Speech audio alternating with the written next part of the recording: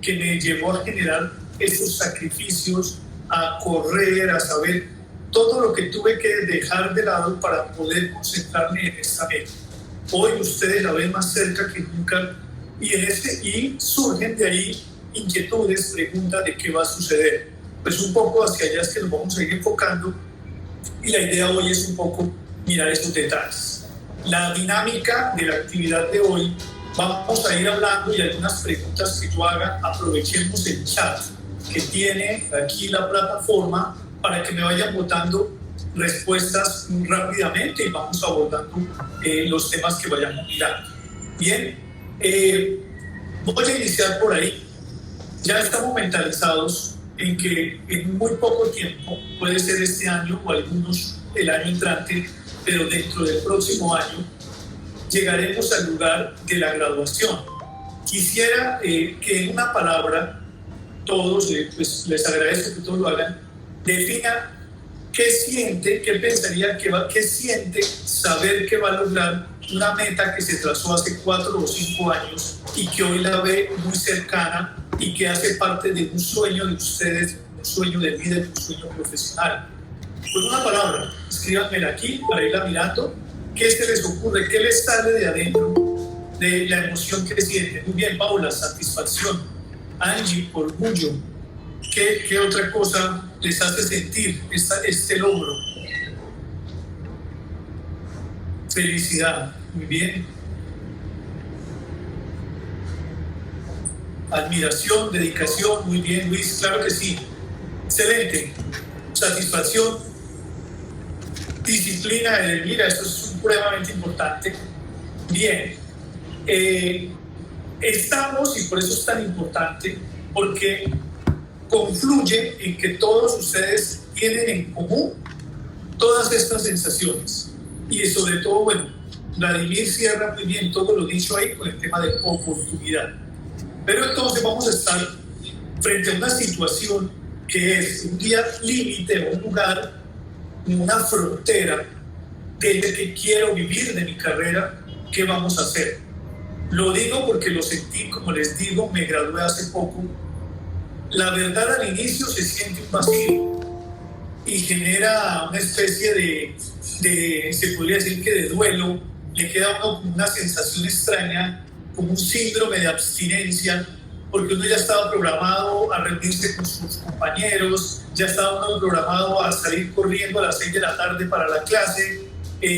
Siempre esa sensación en su cabeza, tengo que ir a la universidad, tengo que ir a la universidad. Cuando llega este momento, lo primero que siente uno es ese vacío.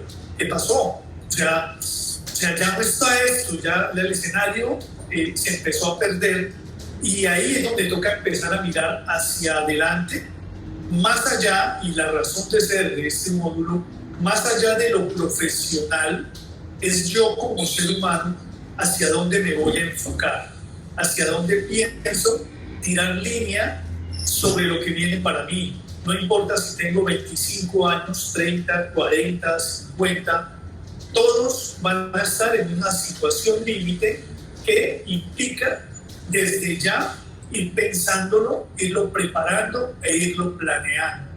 ¿Por qué es importante? Uno mira muchos aspectos del mundo laboral, del mundo construido por los seres humanos y muchas cosas son supremamente planeadas. Partamos, por ejemplo, desde la carrera. Le establecen a uno al inicio un currículum, una estructura, una cantidad de aspectos que vienen preestructurados. Si el ser humano va a construir un edificio, cumple una cantidad de pasos.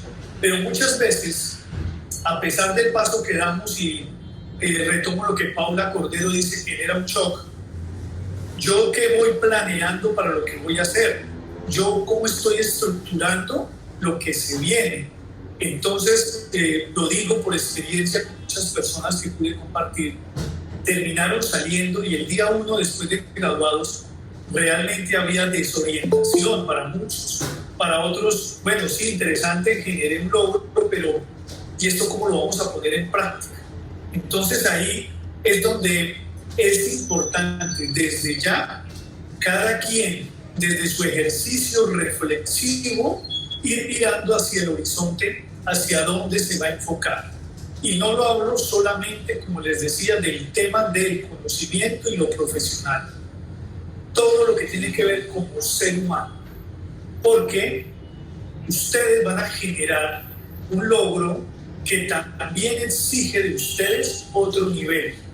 Y esto es muy importante. Cada uno ahí está haciendo su reflexión. Pero es claro que lo que yo era ya no seré un paso más arriba. Ese paso más arriba, ¿dónde lo doy y dónde se me nota? No, por ejemplo, uno como abogado, los que la mayoría pues, son de derecho, no lo marca la diferencia que a partir del día 1 me voy a empezar a vestir con corbata y saco, porque eso es un tema netamente formal. Pero de fondo es qué hace que yo me vea como el profesional que quiero ser, que me respalda mis estudios y mis capacidades. Voy a poner un ejemplo sencillo. Mientras yo estudiaba derecho, clases en las noches, se veían, y ustedes se imaginarán, también en los de contaduría, de administración, de las diferentes áreas. Recuerden por un momento el salón de clase, ¿cierto? Y recordando el salón de clase vamos a mirar que había gente muy callada, gente muy participativa, gente muy interesada y gente poco interesada. Es recordar y dice uno, oiga, sí, tal persona nunca se le veía en el salón, tal persona nunca se le escuchó la voz. Todo eso que durante el mundo de la universidad, que es un mundo preparatorio, puede pasar desapercibido, a partir del día 1, después de graduado, viene todo a colación. Si yo no trabajé en mis capacidades como persona para poderme expresar, para poder dar a entender lo que yo quiero decir y para poder comprender al otro, va a ser muy difícil el camino que voy a andar. Y ahí es donde yo tengo que empezar a reflexionar y decir, tengo que trabajar en eso. Y es trabajar en mí como persona. Bien. Por otro lado, se me dificultaba comprender la información. Realmente hay temas que fueron muy difíciles para mí, hay temas que se me facilitaron. También esa capacidad de comprensión marca la diferencia cuando vayamos. Y finalmente, un aspecto clave ahí, y que me imagino que todos lo vivieron porque lo viví, y es cuando el profesor o la profesora decía, hagan un trabajo en grupo. Creo que se vivieron muchas dificultades. El que no quería hacer las cosas, el que llegaba tarde, el que no entregaba, cuando íbamos a exponer, el que nos dejaba colgados. Esas cantidades de situaciones donde yo recuerdo me pasaba. Al final me decía, ya tengo mi grupito y siempre con mi grupito porque es que ya nos entendemos y nos comprendemos. Yo recuerdo que muchos grupos de compañeros de clase se armó el grupito de 4 o 5 y del primer semestre al 10º semestre unidos, los 5. Excelente, qué chévere esa unidad que se generó, esas amistades que se fortalecieron. Esto es muy positivo, pero tiene algo de negativo. ¿Alguien me puede decir qué de negativo tiene el que yo haya empezado con mi grupo de amigos de 5 y terminado con mi grupo de amigos de 5? 2 o 3 personas que me digan qué negativo puede ser eso para mi futuro profesional. ¿Quién me lo dice?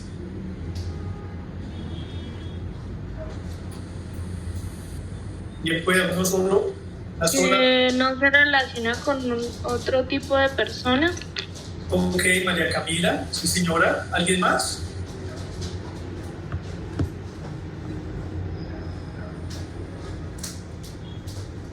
¿No? Bueno, que el círculo es limitado, no interactúo con más personas, lo cual permite enriquecerse otras experiencias.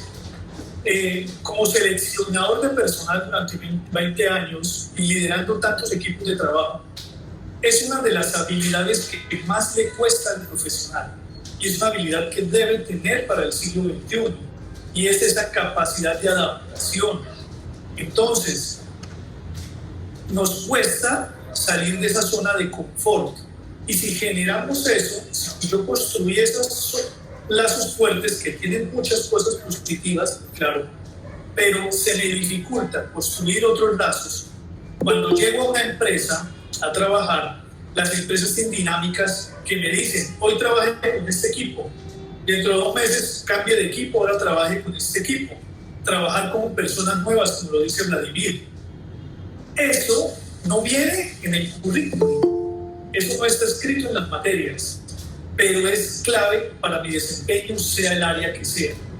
Bien, no voy a trabajar en una empresa, voy a ser independiente, todavía con más razón, porque el independiente debe relacionarse en todos los escenarios. Si voy a litigar, me debo mover en los juzgados, ¿sí?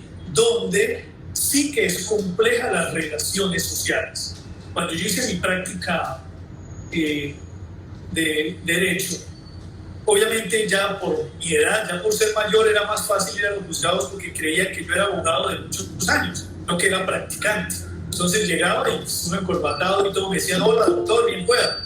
Cuando uno lo ve más joven, de pronto es más difícil relacionarse y eso hay que tenerlo en cuenta en las diferentes áreas. Llegué a un juzgado y recuerdo tanto, la persona que atendía ni siquiera lo mira a uno, ¿sí? Y ese es el escenario en el que uno se va a encontrar. Ni siquiera, hola, buenas tardes, nada. Todo lo que ve uno, que se moviliza, es en torno al funcionalismo, es lo que se hace. Pero la interacción con persona realmente poco se tiene en cuenta. Sí, mira, es relativo. Yo planteo unas posibilidades. Hay otras personas que son supremamente cordiales. Yo dije, me pasó una vez. En otros escenarios, la persona que está atendiendo el juzgado comprendió la importancia de las relaciones interpersonales y siempre tiene la cara disponible, siempre da al apoyo. La cuestión, ¿cuál es? Yo debo siempre llegar con disposición, construir, y eso es algo que debo trabajar a diario de la forma en que me relaciono. Cada quien, como les decía, sabe en qué punto se encuentra, y esa es una pregunta que vamos dejando ahí. ¿Cuál es mi evaluación de mi forma en que yo me relaciono con los demás? ¿Se me facilita o se me dificulta? Este es el inventario de las habilidades intrapersonales que cada uno debe ir haciendo.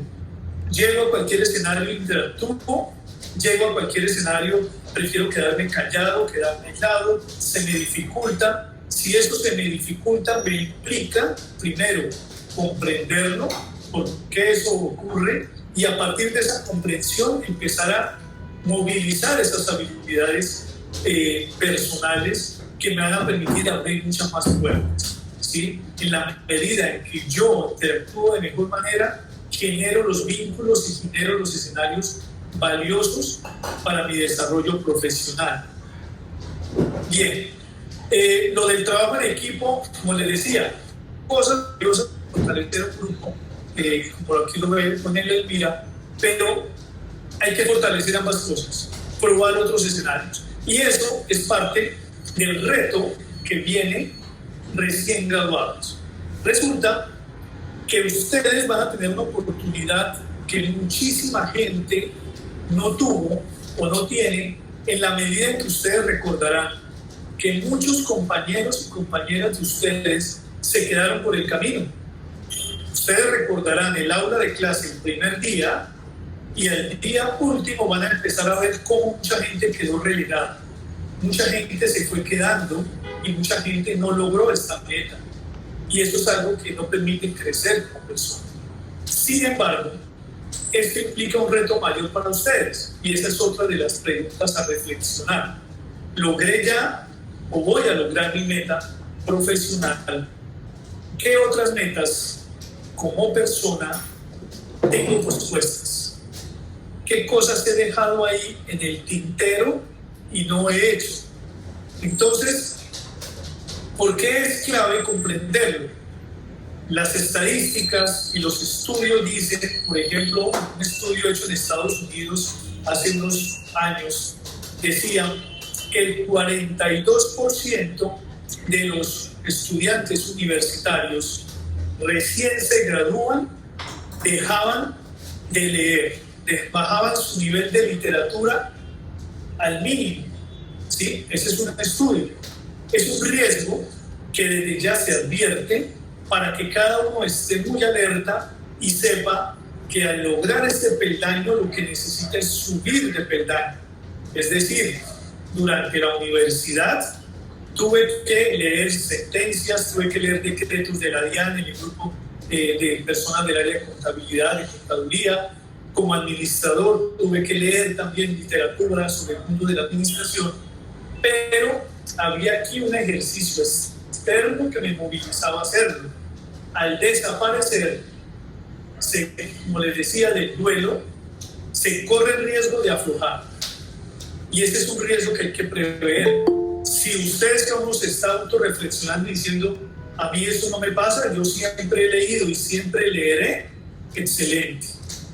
Pero advierto el riesgo porque es muy común, está demostrado en estudios realizados y es parte del ejercicio que debemos hacer. ¿Cómo lo equiparo yo muy fácilmente? Hagamos de cuenta que la universidad es como cuando nosotros vamos al gimnasio y pagamos el body test, un ejemplo, y fuimos al gimnasio y pagando el body test tenemos el asesor, la persona que está con nosotros, ¿cómo se le dice? El coach, ¿cómo le dicen al que está apoyando en el gimnasio? ¿Quién me escribe ahí? El instructor. El instructor, ahora, escucha, se me iba. El instructor. Entonces uno va con el instructor y llega a la máquina y uno no conoce la máquina y él dice, bueno, hágale así, y uno chan, chan. Y uno ve, lo hace, se lo disfruta. Lo mismo que estar en la universidad. Porque el profesor me dice, leas esta sentencia. Muy excelente, profe. Leas este decreto de la DIAN. Uy, qué berraquera lo que el profe compartió. Se van los profesores, arrancamos el mundo laboral y es como si ustedes dejaran de pagar el gimnasio y tuvieran el gimnasio allá donde viven. En su casa, en su conjunto, en el barrio, tienen el gimnasio ahí, pero no hay instructor. La mayoría de veces ocurre que así lo tenga ahí, no lo uso, porque había alguien ahí que me movilizaba. Ahora lo que viene es que soy yo quien me debo movilizar. Entonces, ese duelo que se siente no es tan sencillo y ocurre a muchísima gente y desde ya hay que irse preparando para ver yo cómo me movilizo. Primero, claramente, no dejar de actualizarse y de seguirse preparando. No necesariamente en cursos o en otra profesión, no necesariamente un posgrado de una vez, pero uno puede quedarse quieto. Esa es una clave fundamental. Debe decir, ¿y ahora qué voy a hacer? Entonces, en mi plan de vida, en mi plan de trabajo, ¿cuándo me voy a graduar? Me gradúo el 30 de noviembre. Listo. ¿Qué tengo pensado para el 2023? Ya lo estoy pensando. Voy a cambiar el trabajo que tengo por el que me va a generar la nueva profesión que tengo. Continúo donde estoy, pero quiero seguir creciendo en otros aspectos. Entonces, ¿qué voy a estudiar? Voy a estudiar inglés. Siempre lo pospuse. ¿Qué voy a hacer para hacerlo? Esas preguntas que uno se hace son fundamentales para no dejarse enfriar. Jairo, qué pena lo interrumpo un segundo. Ayer en el módulo que subíamos de habilidades cognitivas, hoy en la mañana, tratábamos también el tema del metaaprendizaje, ¿no? Veíamos que desde el área cognitiva una de las grandes habilidades que Jairo está hablando con relación al metaaprendizaje es esa capacidad de organizarnos, de pensar cuál es nuestro proceso educativo y no dejarle la responsabilidad del proceso educativo a terceros, sino nosotros hacer nuestros propios planes de estudio de qué queremos aprender, cómo y cuándo y para qué. Le voy a robar otro segundo, Jairo, qué pena. Para las personas que acaban de entrar, hoy estamos con Jairo Velandia Barajas, psicólogo con más de 22 años de experiencia y también es abogado. Hace poco se graduó de abogado, como él nos decía. Está invitado con nosotros porque su experiencia como psicólogo en el área organizacional, en el área de desarrollo humano, con más de 22 años gestionando, coordinando equipos de trabajo a nivel nacional y aparte como abogado, pues nos pareció muy interesante que lo escucharan su punto de vista y él también será el encargado del módulo 4, con relación a habilidades emocionales. Jairo Velandia Barajas, psicólogo y abogado. Entonces, qué pena, lo dejo para que continúes porque algunas personas acaban de entrar y quería contextualizarlos. Qué pena con usted. Bien, Gonza. El grupo, quería preguntarle hasta qué hora vamos a trabajar, 6:30, no sé qué horario tiene, saber. Sí, la idea es que nosotros iniciamos a las 5 con apertura de conferencia para que las personas puedan entrar. Yo creo que para la próxima vamos a iniciar un poco antes, es decir, para que a las 5 ya estemos todos y comencemos a partir de las 5. Pero vamos hasta las 6:15, 6:30 más o menos. La próxima iniciamos antecitos de las 5 para que todo el mundo alcance a entrar y a las 5 ya podamos iniciar. Lo dejo entonces. Bien, Gonzalo. Bien. Entonces, lo del gimnasio, recordemos ese parangón, ese simbolismo de lo que significa haber estado en el gimnasio del conocimiento y a partir de graduarnos, somos nosotros mismos los instructores y somos los que podemos movilizarnos y seguir creciendo. Voy a hacer una pregunta para abordar otro tema importante y ahí me responden unas personas para ir mirando. ¿Cuál libro de literatura no relacionado con la profesión, sino de la literatura, novela, general, cuál libro es el que más le ha gustado leer? Escríbanme aquí, de los libros que ha leído en su vida, ¿cuál es el libro que más les ha gustado que sea literatura?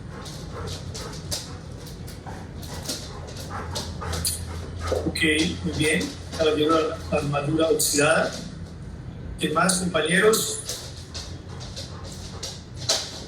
Están pensando, buscando cuál es. La chica del tren, de ese no lo he escuchado. Interesante. Caballo de Troya, buenísimo, muy actual.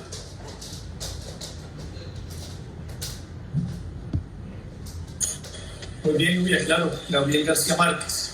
Bueno, cuentos policíacos. Esta es una cosa muy curiosa porque pareciera, pues, de perogrullo, pareciera lógico, pues quienes somos profesionales, la literatura está a la orden del día. Sin embargo, la experiencia lo dice a uno. He contratado profesionales ya con años de experiencia, algunos recién egresados, y uno hace esta pregunta cuando hace la selección de personal y encuentro gente, curiosamente, o sea, es una cosa de la realidad, que dice, no, es que yo solo me enfoco a lo que yo estudié y yo leo solamente cosas de mi carrera. Bueno, ¿qué literatura? Yo lo último que leí fue lo que me pusieron a leer en el colegio de literatura. Yo, wow. Oye, imagínate que eso es algo que es real, que pasa, y como les digo, cada quien aquí reflexiona cuánta literatura lleva encima, y lo que yo hoy vengo a decirles es la importancia de tener primero un andamiaje de historia de vida donde haya mucha literatura diferente a la de la formación, ¿sí? Y por otro lado, la obligación que tenemos, a pesar de estar estudiando, teniendo la carrera, de seguir esa línea de construcción de la literatura. Hablábamos de esos planes para el 2023, cómo planeo yo la literatura que tengo. Cada quien estará pensando y diciendo, no, yo en eso estoy sobrado, me estoy leyendo 4 libros al mes, excelente. Yo dejé la literatura a un lado mientras terminaba la carrera, puede suceder. Otras personas dicen, no, es que realmente no me gusta, yo prefiero leerme los documentos netos de la carrera. Pues, ¿qué es lo que nos dicen? Entre esas habilidades profesionales, uno requiere conocer de esos escenarios de la literatura. Primero, nos abre la mente a posibilidades, a mundos diferentes. Y segundo, en esa interacción laboral, hace parte fundamental de ese crecimiento y de yo ubicarme en un nivel profesional donde yo puedo discutir y hablar de temas diferentes a los de mi profesión. Un profesional cada vez más debe fortalecerse para ser mucho más integral y hablar de diversos temas que le nutran como persona y como ser humano. Bien, eso es muy importante para seguir ese crecimiento. Y ese crecimiento obviamente también ayuda a agudizar la capacidad lectora, la capacidad de comprensión y sobre todo la capacidad de escritura, que es un elemento clave fundamental, porque hoy en día se necesita escribir y escribir bien, con ortografía, muy bien redactado, porque así sea, para hacer una carta, para hacer un informe, un oficio. Y les cuento que realmente uno se sorprende porque encuentra profesionales que verbalmente son muy bien expresados, pero cuando uno les pide hagan un informe, realmente el informe es la mitad de lo que la persona expresa. Y eso es una cosa, una dificultad que tiene la persona entre lo que expresa y lo que logra plasmar a través de lo que escribe. Y uno mira esos informes y dice, realmente ahí qué pasó. Me parece curioso ese tema, porque cuando vi estudiando la carrera se veía al inicio de la carrera una materia sobre lectura, sobre capacidad de redacción. No recuerdo el nombre de la materia ahorita. Y la profesora en ese tiempo nos puso a leer un libro de literatura. Y recuerdo tanto que hubo muchos compañeros, pero algunos compañeros que se incomodaron porque nos puso a leer un libro de literatura para el semestre. Decían, no, es que esto no tiene que ver.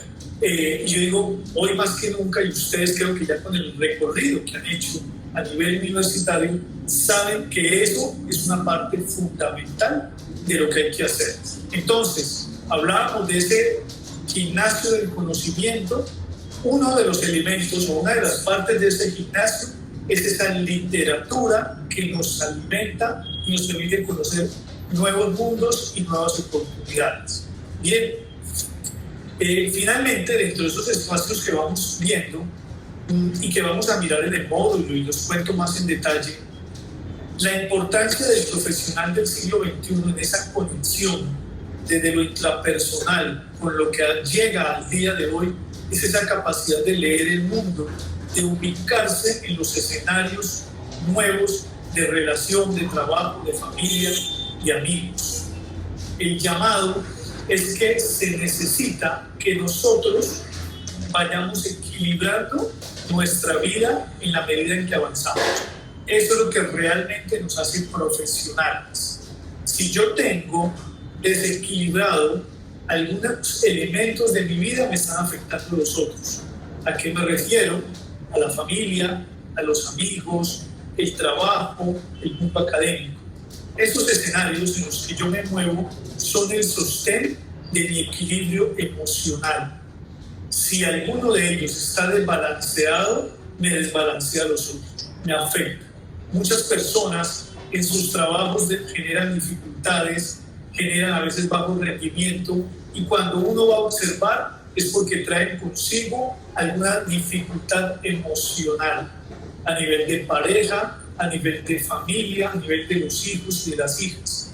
Entonces, un elemento adicional que debe tener el profesional es cómo, primero, evalúo cómo me encuentro, y segundo, a partir de esa evaluación, cómo yo gestiono mis emociones para seguir construyendo ese equilibrio entre mi ser y mi actuar como profesional.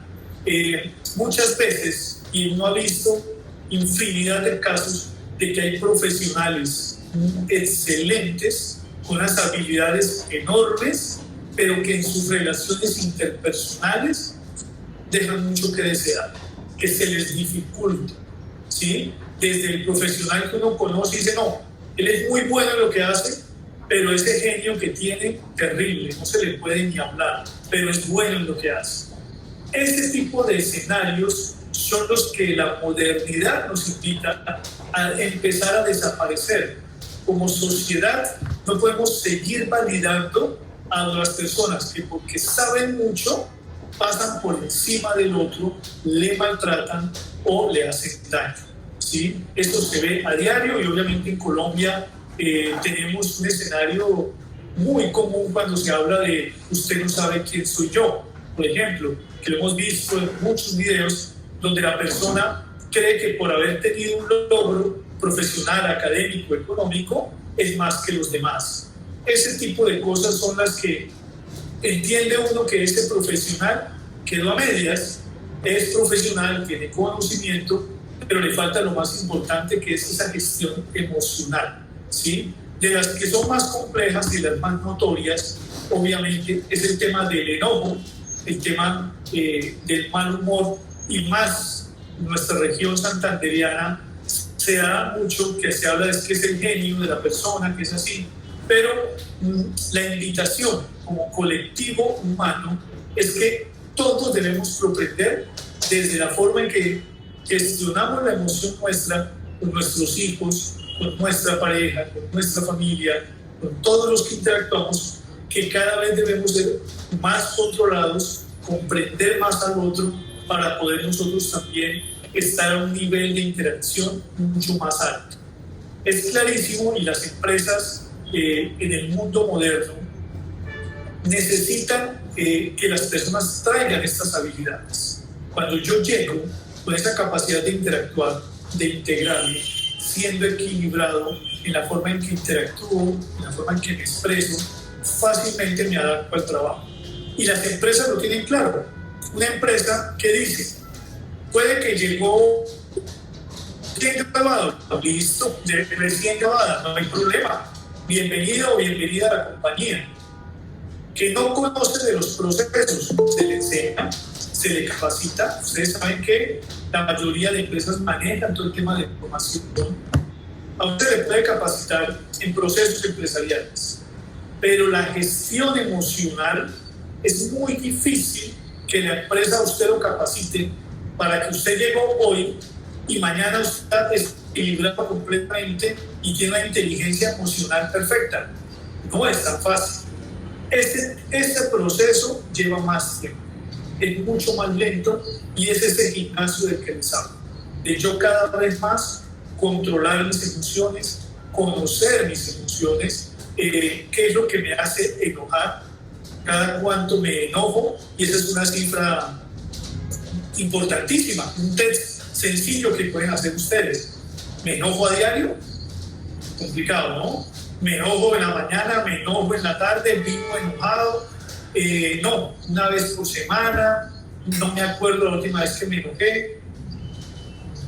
Hablar con nosotros mismos de esos temas, que a veces son temas, como les digo, no salen a flote, se necesita. Y si yo, después de hacer mi ejercicio reflexivo, me doy cuenta que tengo mucho por trabajar en mí, de mi comportamiento, mi actitud y mis emociones, es importante empezar desde ya. Nunca es tarde, siempre es posible, pero se necesita identificarlo. Es posible que esa dificultad mía en mi manejo de mis emociones sea lo que me cierre puertas, sea lo que no me permite esa meta que ya tengo aquí y que voy a empezar a construir hacia adelante. Ese va a ser el clic, y para muchas personas lo es, y hay muchos casos documentados que la persona hizo el clic, gestionó sus emociones, el conocimiento ya venía y generó metas, logros y cantidad de bendiciones para su vida que no habría sido de otra manera si no hubiera sido gestionando esas emociones. Bien, ahora, con estos tiempos que han ocurrido, después de pandemia, todo lo que conllevó, también la vida muy rápida en la que nos movemos, no solamente hablamos del estado de ánimo, de la furia, de la rabia, de lo que me molesta. Hoy en día hay muchas personas que sienten dificultades y se deprimen, les da tristeza, se sienten frustrados, y eso es algo que también está ahí, y eso es algo que convive con nosotros. Pero como es tan difícil hablarlo, como es tan difícil sacarlo a flote, generalmente lo llevamos ahí. Y esas taras, esas taranqueras, son las que no me van a dejar a mí avanzar. Y en la medida en que yo identifique cómo vengo cargado y cómo voy a gestionar eso que traigo, va a ser mucho más sencillo la construcción de lo que viene. ¿Por qué es tan importante? Porque la etapa de cierre de la carrera llega para que nos pensemos el plan de vida de ese nuevo profesional que va a tener ese equilibrio, y que en la medida en que gestiona todo esto va a tener un potencial enorme y va a cumplir todas sus metas y todos los desafíos. Adicionalmente a eso, también se requiere conocernos cómo gestionamos el fracaso, que eso es algo inherente a nosotros como seres humanos, pero que nos cuesta socializarlo, nos cuesta hablarlo. Mucha gente no se entera, los compañeros que tengo a mi lado nunca se enteraron que yo tuve un fracaso, que me fue mal en esto. Esos temas están siempre ahí en el rincón del olvido, pero resulta que los grandes, las personas más destacadas a nivel mundial, todas han pasado por algún fracaso alguna vez, todas. Se me ocurre ahorita Gabriel García Márquez, estaba en una situación muy crítica, escribía, pero la cosa no cuajaba, y solo hasta sus 50 y pico de años salió a flote con la novela. No es que no hubiera ya sido destacado como periodista, pero esta novela de 100 años de soledad genera en él ese disparo hacia la gloria, como lo conocemos hoy en día, de todo lo que hizo. Entonces, también es importante en ese compendio que estamos haciendo, qué ha pasado con mi vida y qué fracasos he tenido.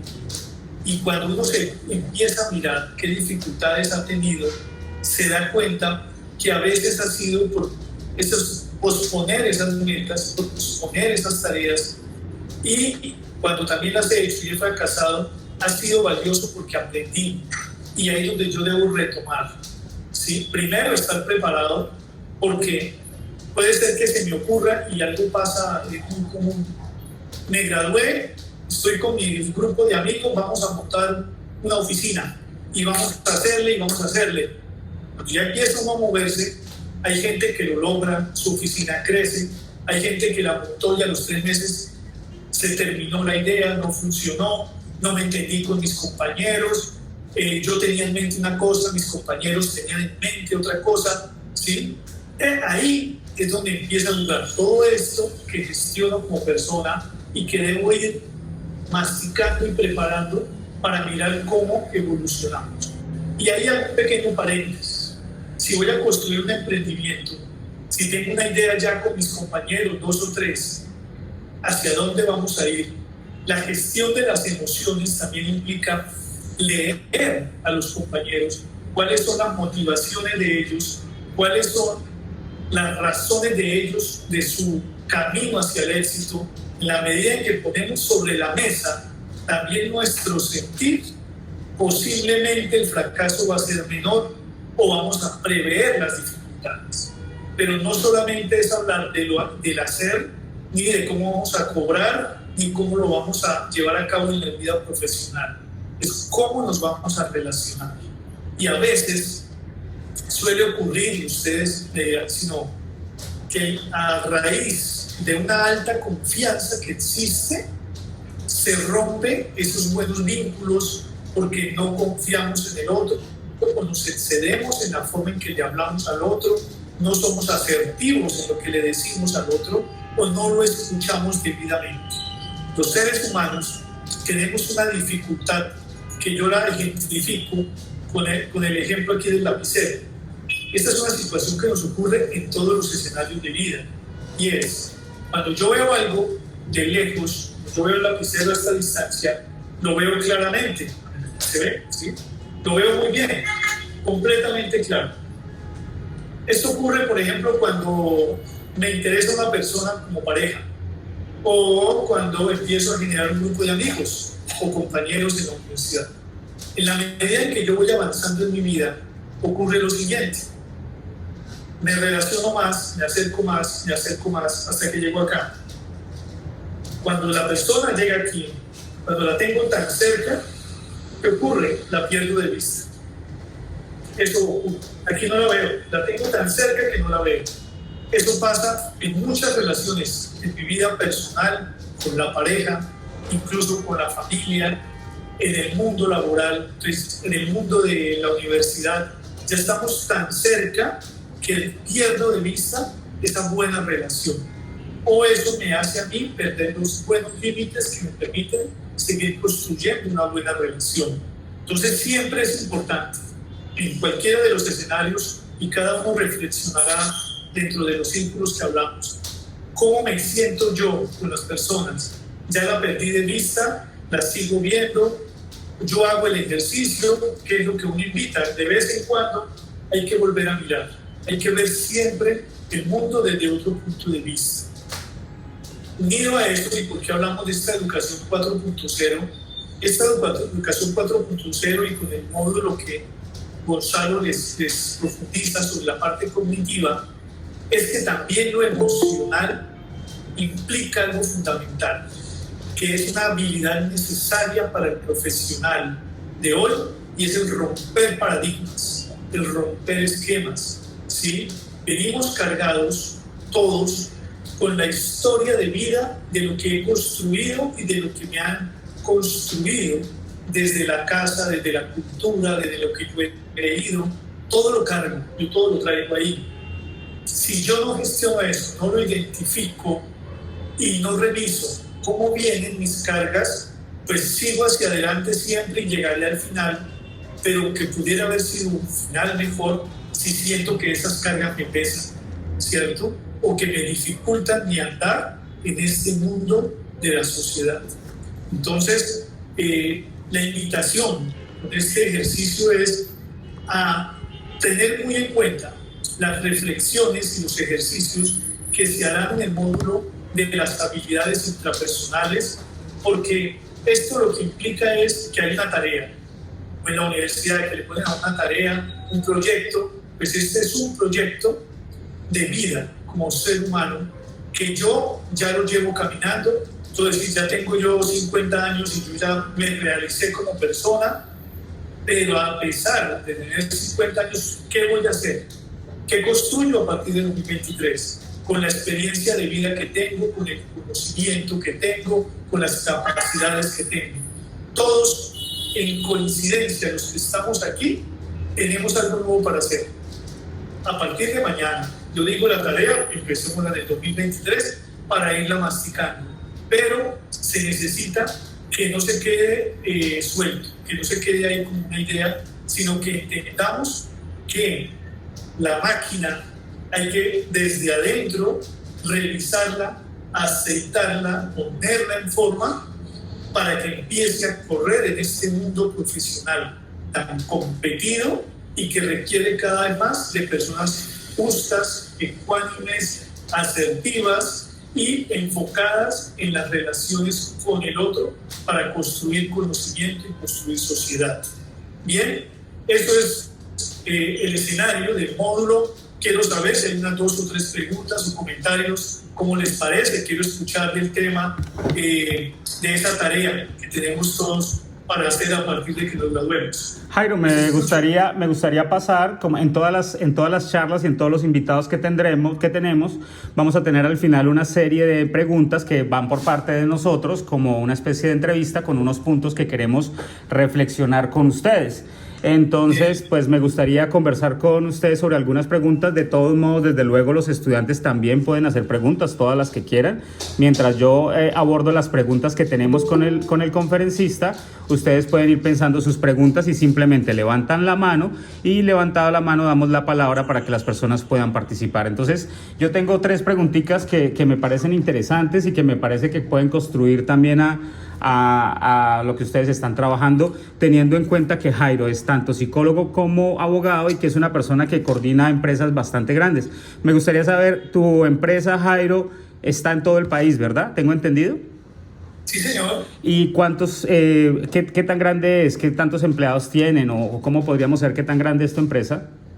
Pues ahorita estamos en un promedio de unas 160 personas. ¿En todo el país? Ok. La primera pregunta que quiero hacer es con respecto a tu visión como abogado. Te voy a preguntar en 3 aspectos: como abogado, como psicólogo y como persona. Pero me gustaría primero conocer tu visión como abogado. Nuestros estudiantes en el módulo 1, al final del módulo 1, vieron unos videos sobre una organización española que está promoviendo que el gobierno español comience ya pronto y que comience rápido a legislar sobre todo el tema de los cambios laborales que va a traer la cuarta revolución industrial. Estos jóvenes dicen, estamos preocupados porque el gobierno no está prestando atención a este cambio laboral, a este cambio de siglo, y lo que nos preocupa es que mucha gente se quede sin trabajo porque no van a estar adaptados. Los contextualizo rápidamente. No sé si ustedes recuerdan que en España hace algunos años hubo un tema complejísimo con el tema laboral y que muchos jóvenes se quedaron sin trabajo, muchos millennials con muy buenas carreras, con muchos estudios, con mucha formación, no conseguían trabajo porque España entró en una crisis complicada económica y no conseguían trabajo. Bueno, esa es la contextualización, por eso ese movimiento nace allá.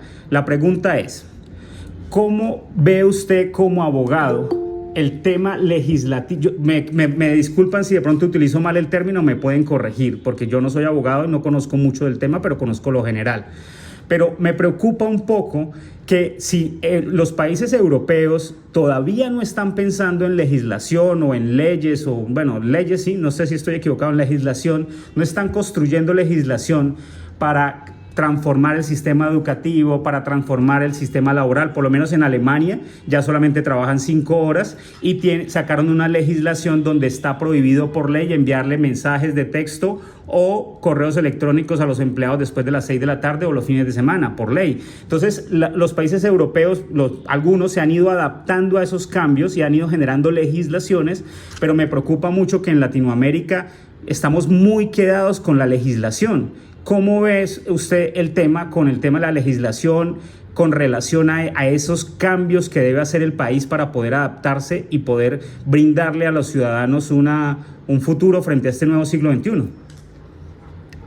Bien, es un reto que todavía está en ciernes, todavía hay un escenario como apenas todavía la humanidad o todavía nuestra región, nuestra cultura se está despertando de todo lo que se generó a partir de lo que la pandemia disparó, que son escenarios como este, por ejemplo, y el uso de muchas herramientas tecnológicas para el mundo laboral. Incluso hasta antes de la pandemia era muy raro hablar de ese trabajo remoto en casa. Algunas empresas lo hacían, pero era muy curioso. Hoy el Estado ya está empezando a legislar, ya hizo una legislación al respecto sobre unas condiciones mínimas para la persona que trabaja desde la casa, entonces que tiene su relación con la empresa pero está en la casa. Aunque se generó un marco normativo básico, esto necesita profundizarse porque los caminos que siguen van a ser todavía más complejos. Te voy a dar un par de puntos sobre los cuales el mundo del derecho entrará a revisar qué hacer. Y es, por ejemplo, el WhatsApp. ¿Sí? El WhatsApp llegó como ocio para muchos. Hoy para muchos todavía sigue siendo ocio, pero para otros en las empresas se tornó la columna vertebral de la comunicación y de las relaciones laborales. Entonces pasó de ser una herramienta a ser el canal de comunicación de las empresas, y esto cada vez tiene más implicaciones, y al hacer parte del escenario laboral, en un escenario que conversábamos del tema, yo les decía, el WhatsApp terminó convirtiéndose en la oficina virtual, porque ahí nos encontramos. Entonces somos un equipo de trabajo, todos están en el WhatsApp, y entonces ahí todo el mundo llega y saluda. ¿Qué tenemos para hoy? Hay que hacer esto, hay que hacer aquello, tengo pendiente esta tarea, hay que hacer esto. Por ejemplo, el grupo de WhatsApp de la universidad pasó de ser un auxilio a ser base fundamental. Al ser base fundamental de una empresa, ya esto tiene las implicaciones de corte legal, que hay que mirar hasta dónde se llega, empezar a mirar los límites, lo que decía, hasta qué hora yo puedo mandar un mensaje, qué tipo de mensaje puedo mandar, con el tema del manejo de información sensible, qué información puedo guardar, cuál es la seguridad que tiene la información que se maneja. Esto implica una serie de aspectos que todavía no se han ahondado, que en la medida en que empiecen a aparecer las dificultades es donde el ser humano empieza a encontrar que necesita legislar. Este es un momento actual ya que cada vez requiere más visión jurídica. Y por el otro lado, el que viene, Gonzalo, que es mucho más complejo, que se demora unos 5 añitos y que los invito y las invito a profundizar desde ya y meterse, es el mundo del metaverso. El metaverso va a llegar ya prácticamente, ya viene la ola que no demora en llegar y pasar por encima del metaverso, donde va a tener pues, un mundo paralelo prácticamente, va a requerir, lo visiono yo, una legislación paralela. Eso es una cosa complejísima porque el avatar suyo ahí es usted visto dentro del mundo virtual, pero usted ahí puede cometer actos ilegales o puede llevar a cabo actividades no validadas o no reconocidas entre todos. Y si hablamos de un acto ilegal, ya viéndolo desde el punto de vista jurídico, habría que tipificarlo. Y al tipificarlo hay que hacer toda la construcción de las conductas del ser humano en el metaverso. Jairo, así como le demos inquietud. Jairo, una cosa interesante ahora que hablas del metaverso. Hace algunos meses se escuchó una noticia sobre una persona, creo que fue en Estados Unidos, que demandó a otra persona por acoso, por abuso sexual. Y el abuso sexual lo demandó dentro del metaverso.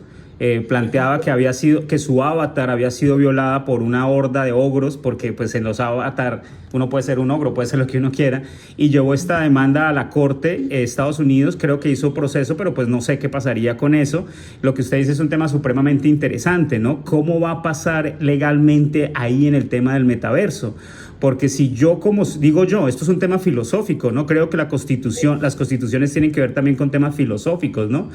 Si yo como ser humano, así sea un avatar virtual, me siento vulnerado, así no sea físicamente, sino psicológicamente, ¿configura un abuso? Interesante, ¿no? Es bien interesante. Oiga, es un tema para un artículo, Sí,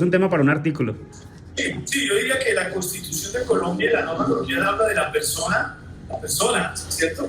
Con su personalidad, pero no sé hasta dónde el avatar entrará en que esa persona también. O sea, eso es algo que hay que entrar a discutir y que todavía está frío. Y ese es un área de trabajo y, como les digo, como profesionales que están a punto de iniciar ese ejercicio, ese mundo del metaverso va a generar demasiada cosa. Por ejemplo, también el tema de la propiedad, porque usted compra un terreno en el metaverso y ¿qué pasa si alguien me tumba la casa? O se mete a la casa. Ajá. Sí. Bien. La segunda. Bueno, la segunda pregunta que le tengo es con relación a lo laboral. Me dice usted que tiene más de 120 personas contratadas. Me gustaría saber un poco el momento en el que usted hace selección de personal o la persona de su empresa que hace procesos de selección de personal. ¿Cuáles son esas habilidades emocionales, que es el caso que nos compete en la reunión de hoy? ¿Cuáles son esas habilidades emocionales del siglo XXI que ustedes tienen más en cuenta al momento de seleccionar personal? Bien, ya vamos a terminar, veo que ya están saliendo, vamos a 5 minutos. Sí, sería la última pregunta. Bien, generalmente las pruebas que se aplican son con juegos de roles o con casos puntuales para analizar la forma en que la persona aborda las situaciones y maneja sus emociones. Por lo general, esto es una infidencia como psicólogo, lo que uno busca es proyectar que la persona vea un caso externo de emocionalidad, porque cuando a la persona se le plantea su propia emocionalidad, hay dos posibilidades: o se cierra o se muestra perfecta. A mí no me duele nada, yo no sufro, yo soy feliz. Y obviamente si usted está en una entrevista de trabajo, pues obviamente no va a decir que tiene dificultades y tristeza. Dice, no, yo soy feliz y quiero el trabajo. Entonces uno lo que hace es proyectar una situación donde dice, bueno, aquí hay la situación de dos personas, donde una persona tiene una situación de tristeza, de depresión, o una situación de mal manejo, gritó al compañero de trabajo. Entonces se le pide a la persona que solucione, o que le encuentre la salida, o cómo lo resolvería. Entonces, más allá de cómo viene en su emocionalidad, es cómo la gestiona, que es lo que hablamos en este módulo. ¿Cómo gestiono las emociones? Si yo no las gestiono como profesional, en mi vida personal, nunca he sabido gestionar mi mal genio, esta pregunta va a ser muy difícil, y la persona, por más que sepa el deber ser de responder, va a hablar desde su ser y difícilmente lo va a poder resolver, y empieza uno a dar cuenta de cómo cada quien gestiona sus emociones. ¿Bien? Bueno, muchas gracias, Jairo. Me gustaría abusar un poquito más de su tiempo para saber si hay alguna persona que tenga alguna pregunta. Si alguna persona tiene alce la mano o abre el micrófono y nos hace la pregunta.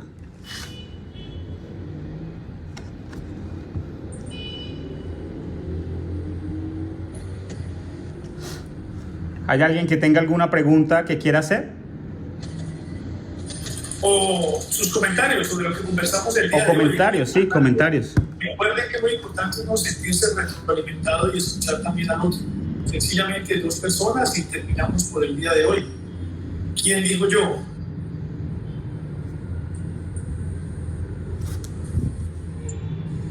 Bueno, entonces creo que no hay preguntas por ahora. Jairo, muchísimas gracias.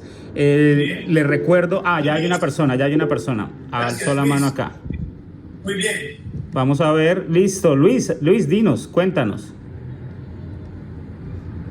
Luis, te escuchamos. Gracias por tu participación. Te escuchamos, Luis. Hola, ¿me escuchan? Perfectamente. Vale. Mira, es que a mí me surge la duda, bueno, sobre, digamos, el decreto que en Colombia se reguló, que es el 555, donde regula el teletrabajo, ¿cierto? Donde ellos implican de que las condiciones que debe tener un contrato para teletrabajo, pero también limitan de que después del horario del teletrabajo no se comuniquen con ellos. Eso aplica a lo que inicialmente ustedes, digamos, proyectaba Gonzalo. Bueno, yo me encuentro en Madrid, España, ¿cierto? Y acá normalmente, digamos, la regulación del horario ya se generó un decreto que es normalmente de 10 a 4 o 5 de la tarde, más no puedes trabajar de lunes a viernes. Pero ¿cómo sería eso en Colombia? ¿Cómo impactaría ese desarrollo y cómo es la necesidad que hoy en día se va a generar con la nueva revolución industrial?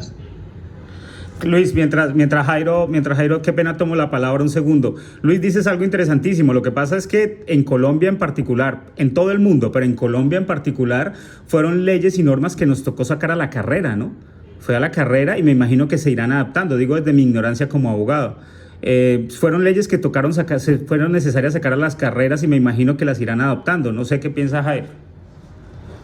Sí, como les decía, esto realmente está muy frío todavía, porque el ser humano tiene una dificultad, Luis, digo en general el ser humano, y es generalmente construimos desde lo que ya conocemos, ¿no? Desde la experiencia de vida. Y como la humanidad viene de una construcción, de un mundo real, de un mundo de usted llega a la oficina y se sienta y trabaja las 8 horas y mira el reloj. Entonces, la experiencia que traemos de ese mundo laboral es la que nos da como las bases para empezar a mirar este mundo de la revolución industrial y del mundo virtual.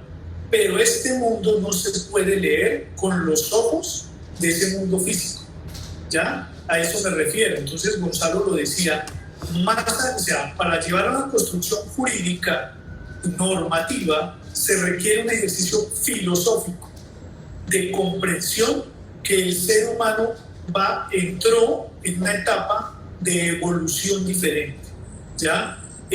Partamos de pronto cuando no existían los vehículos y el caballo era el que daba la forma de transportarse, no se pensaba otra cosa.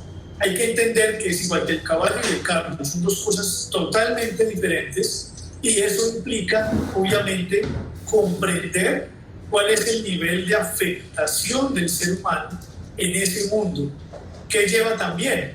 Todos los teletrabajos no son iguales. Todos los resultados que usted tramita a través del teletrabajo son diferentes. Entonces, esa especialidad de la labor es un camino que todavía falta ahondar. Era diferente en las fábricas, haga esto y sale y hace esto, haga esto, era completamente lineal. Hoy, el mundo de lo virtual implica comprender el nivel de afectación del individuo para empezar a establecer un marco que sea común a todos. Y para mí, y mi opinión, Luis, ahí no tiene mucho que ver las horas, de establecer un límite de horas, porque puede que una persona metido acá en 4 horas al día ya esté completamente, ¿sí?, cansado y agotado. Ustedes ven, por ejemplo, en Wall Street o en otros procesos, los que manejan los controladores aéreos, ellos tienen 6, 7 pantallas, pero ellos no pueden trabajar más de 4 horas, ¿sí?, porque es demasiada exigencia cerebral. Entonces, el reto aquí para la humanidad es empezar a reflexionar sobre cómo vamos a construir esa legislación para esa revolución industrial y para el Internet de las cosas y el metaverso, que es todo lo que viene por delante. Muy bien. Jairo, muchísimas gracias por su tiempo. Nos vemos, bueno, ustedes se verán con Jairo en el módulo el día sábado en la noche, se verán con él, con el módulo 4 con relación a las habilidades emocionales para el siglo XXI. Espero que lo aprovechen y Jairo, muchísimas gracias por estar acá.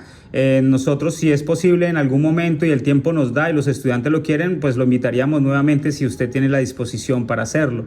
Muchas gracias por su tiempo, por su conocimiento y estamos atentos a cualquier interrogante. A los estudiantes espero que les haya gustado mucho.